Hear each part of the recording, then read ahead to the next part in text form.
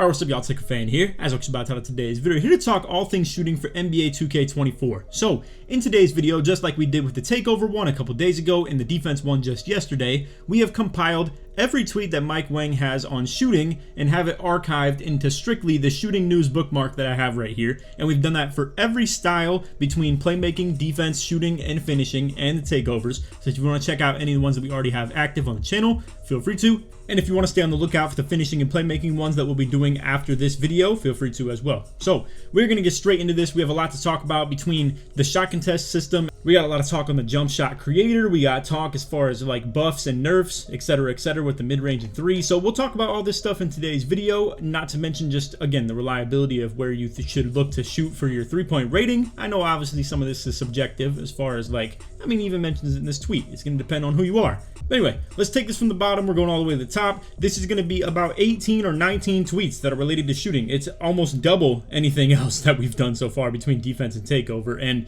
I would say the only one that even compares to it for the most part is playmaking. So Mike has talked a lot about the dribbling and shooting communities, which it's expected. It's more of the intricate, I would say, nitty-gritty stuff. Whereas like finishing and defense, it's a little bit more straightforward, a little bit less like, you know, intricate and like detailed, so to say. But anyway, as you can see, first off, we have variable shot timings have been toned down for NBA 2K24. We also changed the shot timing impact shooting attribute to shot timing stability. So timing impact, no longer a thing.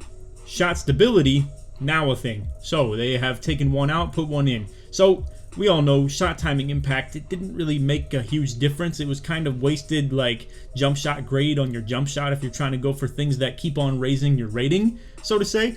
I know, like, I tried this on like a high level at some times and didn't really feel like it was a big deal. Not to mention some of the best jump shots in the game, like the Kevin Porter Jr. base, had things like a D, like D+.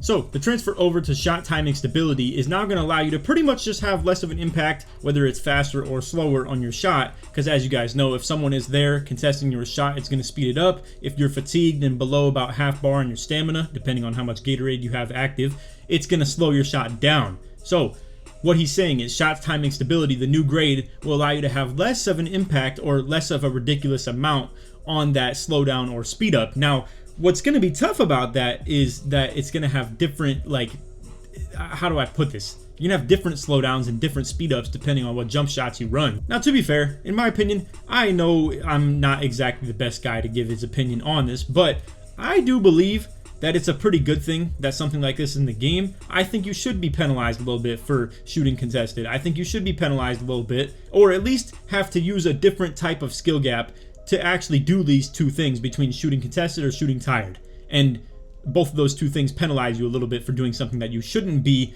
as opposed to a wide open jump shot. That's just my take on it. I do like that it's a thing, but I also like that for the right people, they have mastered said things. I mean, there are people that do shoot through fatigue and do shoot through contests better than others. You know, I mean, there is still gap in that skill. And it's not me. When I'm on shooting builds, I'm definitely looking for open shots, but that's because I'd like to think the drive opens it up a little bit more, and I'm a little bit more willing to resort to that. Call me a rim runner for all you care. I don't really care. Anyway, your opponents and teammates won't see your shot meter online in NBA 2K24. Interesting, by the way. But my advice is to turn off the shot meter as soon as you learn your timing. Shot meter off increases your green window size by 20%. So very nice that he's actually given us that factual number right there. But boy, is that a huge gap. I mean, that's a big deal for people that are still using their shot meter. I know personally, with a number this big, I would never ever use meter. I know I did like early in the year or early in my shooting phase, so to say, of loading up on that 6.9, but yeah, this is a no-go, honestly, no matter who you are, in my opinion. Now, some people will prefer to do that, or offline players, maybe here and there, but yeah, 20% is a gigantic like margin that is very hard to justify ever running a meter for. Not to mention it does be kind of delayed sometimes too, but obviously like dunk meter is gonna be mandatory. Like you can't just not have meter on for that, so it is what it is. Anyway, so moving on to the next one is a bit of a really weird like comment slash really weird thing to even be in the game, but you know what, it's cool, it's realistic, so we'll talk about it. So this guy right here, he asked, how is drawing fouls in rec? Is there an emphasis on the skill? Can you purposely do it? So when I saw this originally, I thought he was talking about finishing. I was like, well, that seems kind of dumb, bro. Like, if anything, I kind of hope that the draw fouls on finishing are reduced 100%, because Not literally 100%, but you know, like I for sure like hope they do get reduced a little bit. I think it's kind of ridiculous to just run to the hoop, hold X, and just pray that you get fouled. I know sometimes there can be certain moves that you do with it. I know some people do the acrobats and stuff like that to force them into different ways. You can try and justify it as skill whichever way you want. I don't agree with that. And then also, not to mention, this is like okay that this is in the game as far as shooting aspect goes. So as you can see, Mike says, we spent a lot of time on this and it's way better. If you fake and get the defender to bite, you can draw a foul and get and ones way more reliably. I call cap on the and ones part, maybe more so like getting fouls. I can't imagine a world where shots are actually dropping on a foul. I feel like the animation just kicks you out of a shot that's realistically going to go in, turns it into more of a chuck up, and then it just misses every time. Maybe that's true. Maybe it actually will be a high increased rate of and one 3-pointers. But anyway, last sentence here. Also, if blockers jump wildly for no reason, they'll land on ball handlers, get called for fouls. So I was under the impression most of this, or if not all of it, is talking about jump shoot fouls, like jump shot fouls. But I don't know, maybe in some of here innuendo is talking about maybe like below the basket pump fakes and stuff like that, where if someone jumps at you, they'll like, you know, land on your shoulder, land on, like, you know, you get what I'm saying. I don't think that's the case. I think most of this was talking about shooting, but I figured I would at least put that in the shooting, like, you know, category right here. Anyway, how are the fades looking this year? At Mike Wang, at Baluba. Fades got a buff in the mid-range and a big nerf at the 3. Shout out Tonic. He is going to be loving this right here, 100%. And also, this does bring a little bit of life back to 2v2, like pick and roll style. So obviously, when it comes to 2v2, ISO, you're not looking to mid-range very often. It's not going to be very often that when you have a defender beat, you have to resort to the midi, and with that mid-range, like, you need an offensive rebounder down there to at least like see that as the most efficient take you could possibly do. So what I'm trying to get at here is news like this absolutely means more life for pick and roll on 2v2. I couldn't tell you guys the last time I've seen someone actually run pick and roll on 2v2 in NBA 2K. Probably back to 2K21 current gen, to be real with you. It's like such a minority in the community anymore on this 2v2 court. And not to mention, I would even argue for 3v3 in a tad bit as well. It's been a lot of ISO heavy games in the last 3 years between 21 next gen, 22 next gen, and 23 next gen. 22 next gen being one of a slight outlier where small guards are moving really good, so you did see a little bit of pick and roll, pick and pop game here and there, and obviously stage a little bit different where pick and poppers are pretty consistent, but it turns into ISO after you get a switch one way or another. So all I'm trying to get at right here is I think for screeners and pick and rollers, this brings a little bit of life back to it, at least for the twos. That's where mid-range is a little bit more viable. For 3v3 and 3-pointers, those two things go hand in hand quite a bit. So we'll have to see as far as the threes meta, but honestly, like 3-pointers being hurt and like at the end of the day, if you can't fade from 3, it probably means that the defender can gap a little bit harder when you're trying to chase a defender, which, you know, a lot of people think like, oh, nerfed 3-pointers, that means like it's going to be a rim run city fest and stuff like that. That's not always the case. If it's easier to defend people from the 3, you don't have to chase quite as hard and be as uptight on them, and it allows you to gap further and reduce the amount of rim runs that they would be getting. So honestly, I know some people have a bad way of looking at some news like this, but I just wanted to give my take on that and say, I believe the harder it is to hunt 3s, the easier it is to guard them from 3, which means you have to respect that 3-pointer less, which means they get less of an easy access to the rim.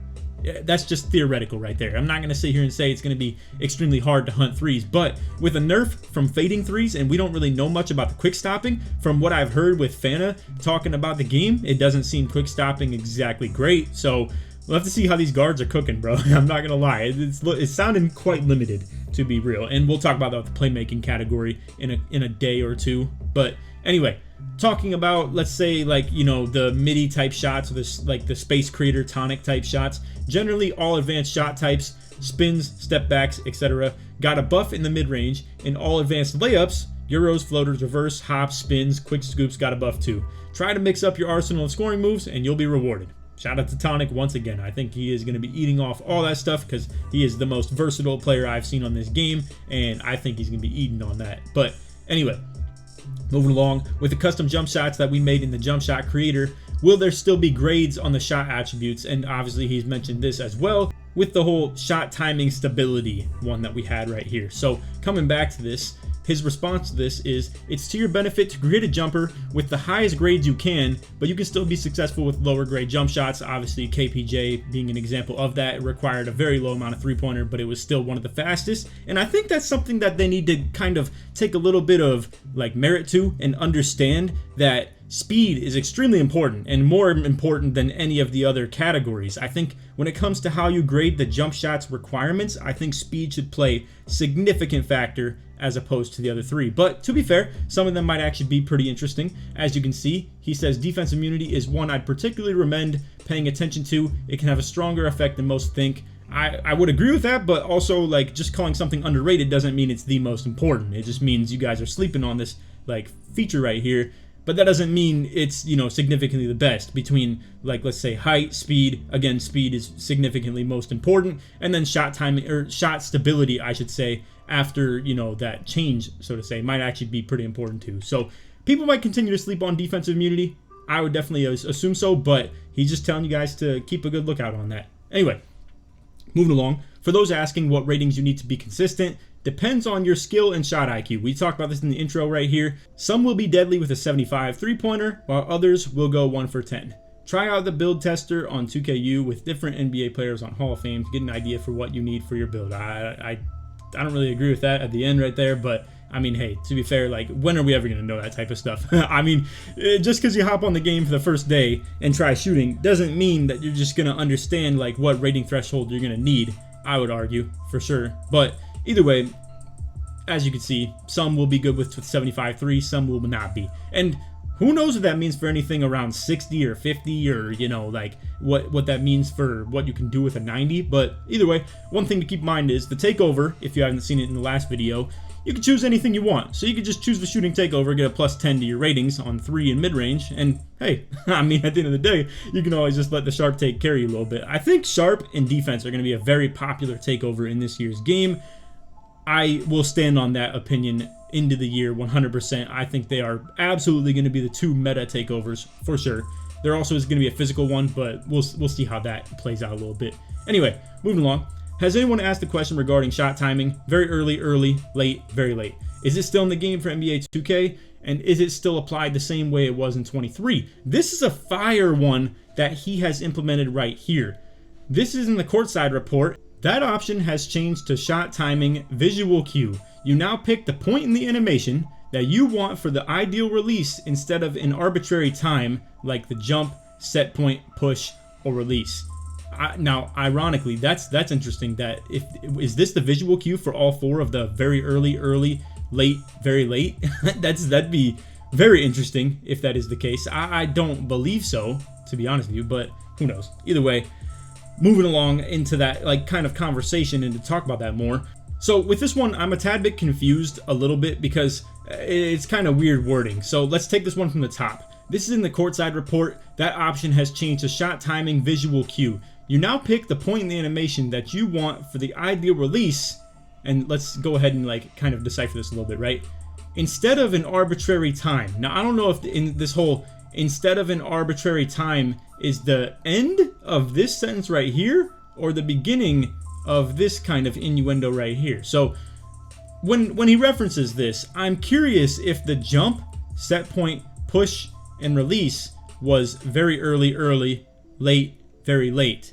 Or if he's just saying this is the new system right here where you're going to pick between jump, set, push, release for the new system. So feel free to let me know if you like what you think of that stuff, because I didn't use anything other than late. But at the same time, I feel like with late, I was releasing the ball, like my X button, by the time the ball was pretty much almost at the complete top of the jumper or out of my hands. So I don't know if I really would believe in like late equaling push and early equaling set, like, you know, set point and stuff like that. So I'm assuming this is new to the game right here, and he's talking about this, where it's going to be jump, set point, push, release. Now, what I thought originally when I saw this was that he was going to say you could pick any point in the jump shot that you want for the ideal release. And that would have been pretty wild, interesting. It would have really led to a lot of different, like, you know, jump shot videos talking about the release cue that they choose. And, you know, we'll see how that works out and stuff too. So again, my apologies for the confusion I have with this tweet right here. It's just, obviously, as you can see, it's a little bit like hard to decipher between like these two sentences right here that don't really have any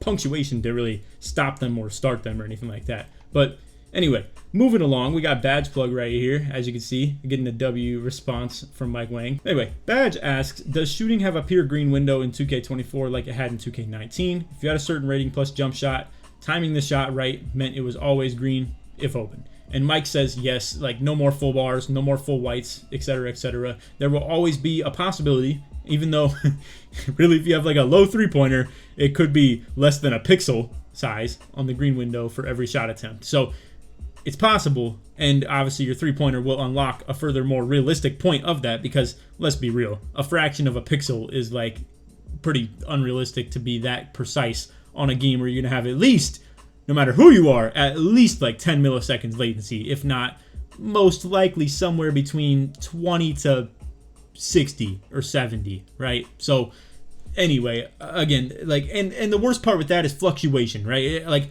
I've tried telling people this when it comes to their internet and stuff like that. I would rather have one that's delayed 80 milliseconds at all times than to have one that fluctuates between 10 all the way to 50. That's 40 different milliseconds of latency that could be fluctuating and changes, and maybe that's how your internet works. And I just want you guys to know that's definitely a possibility. If you network test 1 minute, it might say 10 milliseconds. If you network test the next minute, it might say like 60 or 50. So just keep that in mind, because if your shot timing fluctuates from 50 milliseconds apart between the two, like, you know, ranges and stuff like that, that can create a lot of like shot timing instability. Anyway, moving along, we have one more tweet that's a little bit confusing right here. So as you're gonna see, the response to this tweet right here: if it's green or miss in the park and rec, do shooting badges increase the green window? Because if it increases percentage made, it wouldn't matter unless it's, you know, unless it's green, since whites won't go in. Now, I don't understand why it's hard to really understand this, to be real with you, because without even reading any of this tweet right here,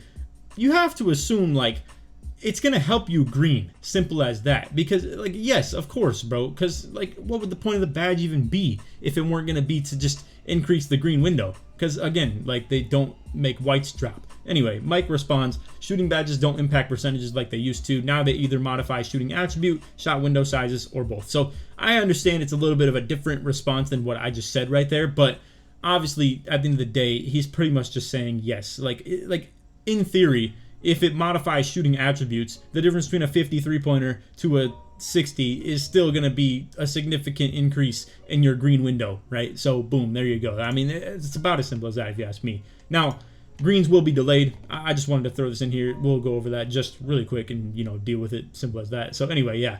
Mike just says he likes it that way. I agree. I think it's cool for suspense. I think it's like not really a huge deal to debate or anything like that. But yeah, greens will still be delayed because our boy right here likes it that way. Anyway, so I like this. I think it's really good to know this.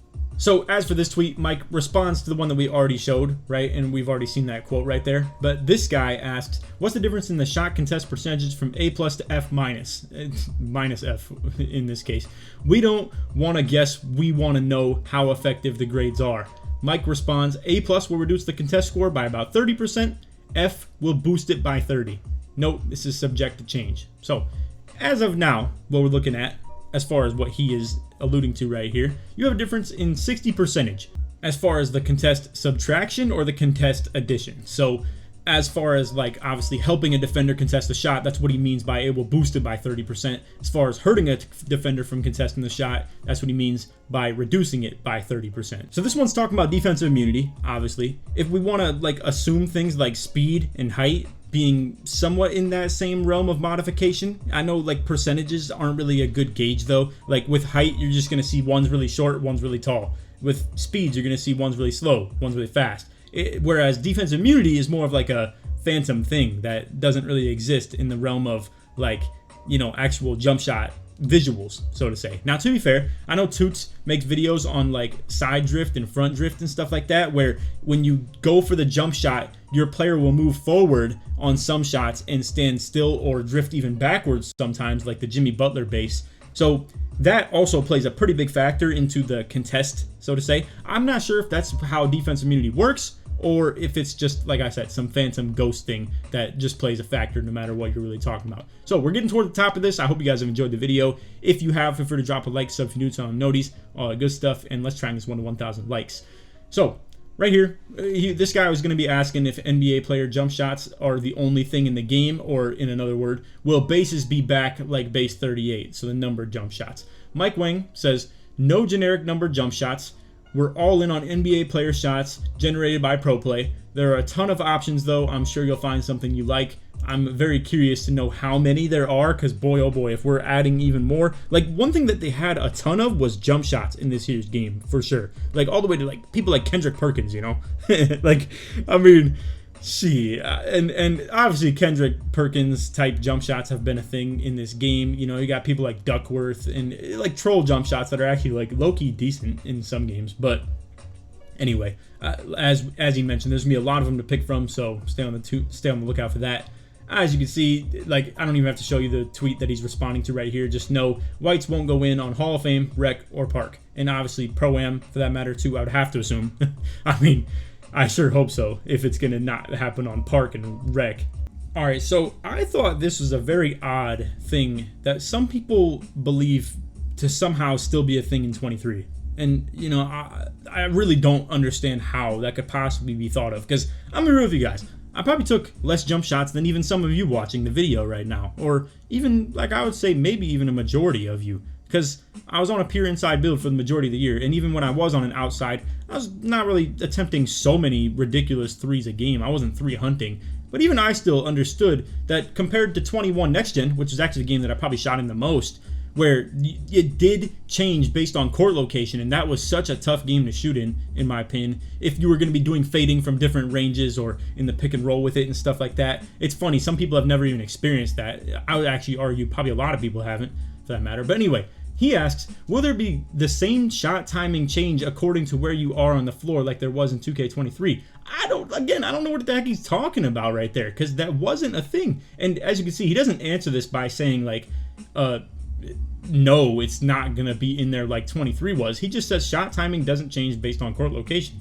And, you know, we got Badge saying, I prayed for times like this. Like, so many people celebrating this stuff. And this is what I'm saying. Like, this game might be the greatest. Thank God. We got this guy celebrating like crazy with the Mr. Krabs meme. Badge, I prayed for times like this. Me and J-Blake are so curious and saying like, and same with Double H, like this hasn't been a thing for 2 years now, bro. Like 23 or 22. So anyway, either way, that answers your question though, that it won't be a thing in the game and shot timing doesn't change based on court location. Maybe they just assumed that he was talking about like the shot timing speed going down for being tired, or like contest speeding it up or something like that. I have no idea, but anyway, I'll get off my high horse with that. Moving along, we got Owen here asking if the shot meters that were in 2K23 are coming back for 2K24. Mike says yes, all of the shot meters from 23 are back, and there are 10 new ones to choose from. Lots more to customize as far as like the control and placement size too. Thought this was really cool. So this right here was in the general info. I'll go over to this as well real quick, but as you can see, he's talking about the control and placement of like the size of your shot meter, so to say. Someone responded with this and he was like, well, what the heck does that matter if I'm just gonna be turning the meter off for shooting? Well, it does impact the dunk meter quite a bit as well, and layup meters for that matter too. So keep that in mind for sure. I'll be playing with that quite a bit with the dunk meters for sure. And he says several cool green effects coming to 2K24 also. Let me go over to the bookmark tab real quick at the general one and find you guys that one I was talking about. Alright, so check this one out. So this guy asked, since layup timing is more important / better this year, will there be an option to just have a layup meter on? Anyway, the cool response to this that you're going to see, yeah, lots of controller settings this year. Separate toggles for shots, layups, free throws, as well as control type. Now, here's the cool part.